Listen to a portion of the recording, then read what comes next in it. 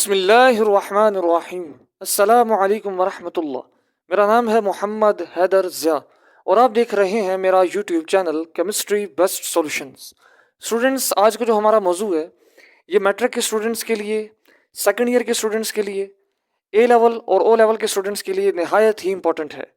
आज के इस वीडियो लेक्चर में हम ब्रीफली डिस्कस करेंगे कि किस तरह एग्ज़ाम में जो आपको आईयूपैक नेम दिया जाता है उसे आप स्ट्रक्चर में कन्वर्ट कर सकते हैं। तो चलिए अपने मौजू की इब्तिदा करते हैं। फॉर एग्जाम्पल, मैंने आपके सामने एक आईयूपैक नेम लिखा है 1122 टेट्रा ब्रोमो इथेन। स्टूडेंट्स, सबसे पहले आपने हमेशा की तरह दो चीज़ों को आइडेंटिफाई करना है, पेरेंट चेन को और ब्रांच को। तो यहाँ पे अगर आप गौर करें 1122 टेट्रा ब्रोमो, ये जो सारा रीजन है ये आपका ब्रांच वाला रीजन है। आप इसे सब्स्टिट्यूएंट भी कह सकते हैं। ब्रांच का दूसरा नाम सब्स्टिट्यूएंट है। साथ लिखा हुआ है इथेन। इथेन जो है ये आपका पेरेंट चेन है।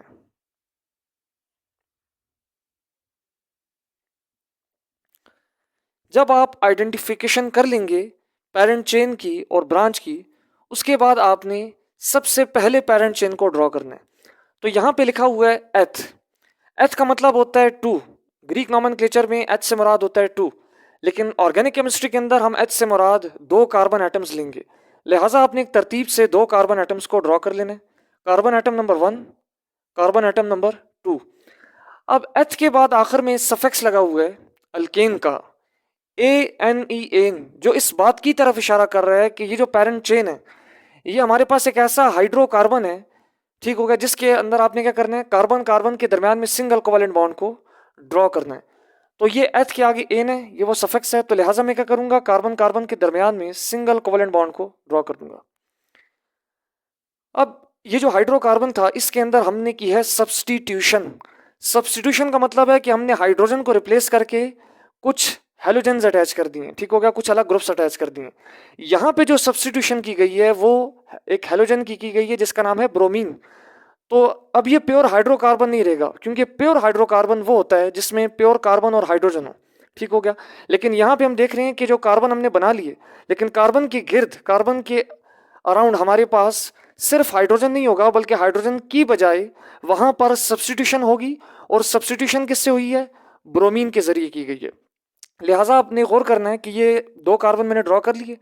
अब ये मेरा कार्बन आइटम नंबर 1 है, ये मेरा कार्बन आइटम नंबर 2 है। अब हम क्या करेंगे, देखेंगे यहाँ पे लिखा हुआ है 1122।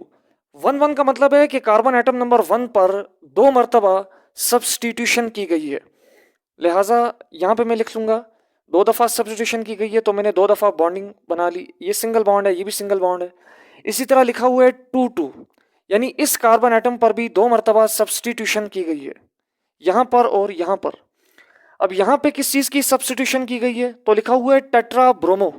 टेट्रा का मतलब होता है चार और ब्रोमो से मुराद है ब्रोमीन। तो टेट्रा ब्रोमो का मतलब है कि ब्रोमीन जो हमारे पास एक सब्स्टिट्यूएंट है, एक ब्रांच है, इसको आपने चार मरतबा अटैच करना है। कहाँ कहाँ पे, तो 11 का मतलब है कि एक दफ़ा ब्रोमीन यहाँ पे अटैच होगा, एक मरतबा यहाँ पे। और 22 का मतलब है कि दूसरे कार्बन एटम पे यहाँ पे ब्रोमीन अटैच होगा और यहाँ पे। तो ये मैंने चार ब्रोमीन्स को यहाँ पे अटैच कर दिया। ये हमारे पास जो नाम गिवन था उसके मुताबिक मैंने इतना स्ट्रक्चर बना दिया। अब फाइनली आपने ब्रांचेस भी बना ली, पेरेंट चेन भी बना लिया। अब हर कार्बन एटम की वैलेंसी को सेटिस्फाई करें, और उसका तरीका क्या है कि आपने हाइड्रोजन के साथ इसकी फाइनल बॉन्डिंग करनी है। अब इस कार्बन ने 3 बॉन्ड बना लिए हैं, एक बॉन्ड इसने मजीद बनाना है, तो वो जो इसका चौथा बॉन्ड है वो आपने बना लेना है हाइड्रोजन के साथ। अब इसका ऑक्टेट कंप्लीट है। बिल्कुल इसी तरह दूसरे कार्बन एटम ने 3 बॉन्ड बना लिए हैं। अब इसका जो चौथा बॉन्ड है वो आपने बना लेना है हाइड्रोजन के साथ। अब इस कार्बन का ऑक्टेट कंप्लीट है। तो यह है स्टूडेंट्स आपके सामने structure of 1122 tetra bromo ethane. आपने माइंड में रखना है ये प्योर इथेन नहीं है। प्योर इथेन जो हमारे पास वो हाइड्रोकार्बन है, इसे हम हाइड्रोकार्बन नहीं कहेंगे, लेकिन इसे हम ऑर्गेनिक कंपाउंड कहेंगे। उसकी वजह यह है कि यहाँ पे कार्बन हाइड्रोजन के साथ एक अलग एटम अटैच है, ब्रोमीन। अगर तो यहाँ पे प्योरली हर तरफ हाइड्रोजन अटैच होता, फिर हम इसको प्योर हाइड्रोकार्बन इथेन कहते। लेकिन इथेन के अंदर हमने कराई है सब्स्टिट्यूशन, और वो ब्रोमीन के जरिए कराई है, इसीलिए हम इसे कहेंगे ये ऑर्गेनिक कंपाउंड है। तो ये आपके सामने ऑर्गेनिक कंपाउंड का स्ट्रक्चर 1122 टेट्राब्रोमो इथीन। तो स्टूडेंट्स मैं उम्मीद करता हूँ कि मेरा ये जो आज का वीडियो लेक्चर आपको पसंद आया होगा। मज़ीद इस तरह की इन्फॉर्मेटिव वीडियोस हासिल करने के लिए हमारे इस YouTube channel chemistry best solutions के साथ जुड़े रहें। हमारे इस चैनल को ज़्यादा से ज़्यादा शेयर और सब्सक्राइब करें ताकि आने वाली नई और इन्फॉर्मेटिव वीडियोस बर वक्त आप तक पहुँच सकें।